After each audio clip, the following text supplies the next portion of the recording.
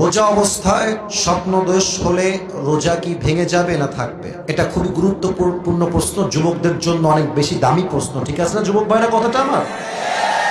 আচ্ছা বোঝো, স্বপ্নদোষ হলে রোজা ভাঙবে কিনা। প্রথম কথা হচ্ছে, শরীয়তে 3 ধরনের ব্যক্তির উপর থেকে শরীয়তের বিধানকে উঠিয়ে নেওয়া হয়েছে। রুফি আল কালাম আন সালাসাতি, 3 ধরনের ব্যক্তির উপরে শরীয়তের কোনো বিধান জারি হয় না। তার মাঝে একটা ধরন হচ্ছে সেই ধরন আনিন নাইম হাত্তা তাস্তাইকায, ঘুমন্ত ব্যক্তি যতক্ষণ পর্যন্ত ঘুম থেকে না উঠবে তার উপরে কোনো বিধান জারি হবে না। অতএব স্বপ্ন দোষ এটা আমাদের আওতার ভেতরে নয়, it is out of capacity, এটা ঘুমের মধ্যেই হয়ে যায়।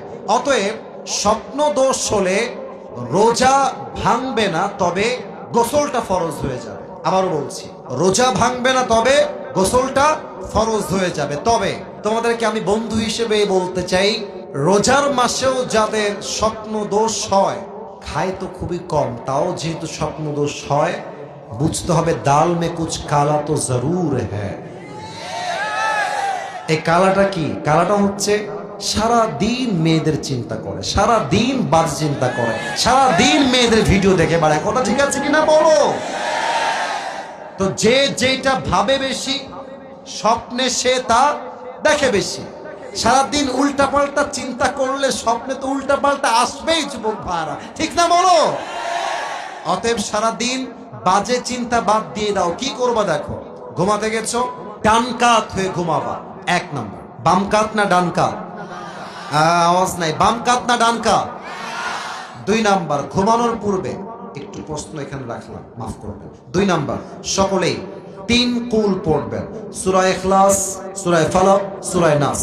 দেখেন আমার দিকে, পুরো শরীরটা মাসাহ করবেন। 3 কুল পড়ে যেই বান্দা শরীরকে মাসাহ করে ফেলে, তাকে আল্লাহ তাআলা শয়তানের সমস্ত ফিতনার থেকে মুক্তি দান করে। সুবহানাল্লাহ পড়বেন না? আর 3 নাম্বার আমল মুরব্বী, যুবক, মা, বোন সবাই মিলে করবেন। ঘুমানোর পূর্বে অবশ্যই আয়াতুল কুরসি পাঠ করবেন। আয়াতুল কুরসি পড়ে যে বান্দা ঘুমিয়ে যায়, তাকে প্রোটেকশন দেওয়ার জন্য, তাকে গার্ড দেওয়ার জন্য আল্লাহ তাআলা নিজেই ফেরেশতা নিযুক্ত করে দেয়। সুবহানাল্লাহ পড়েন সবাই।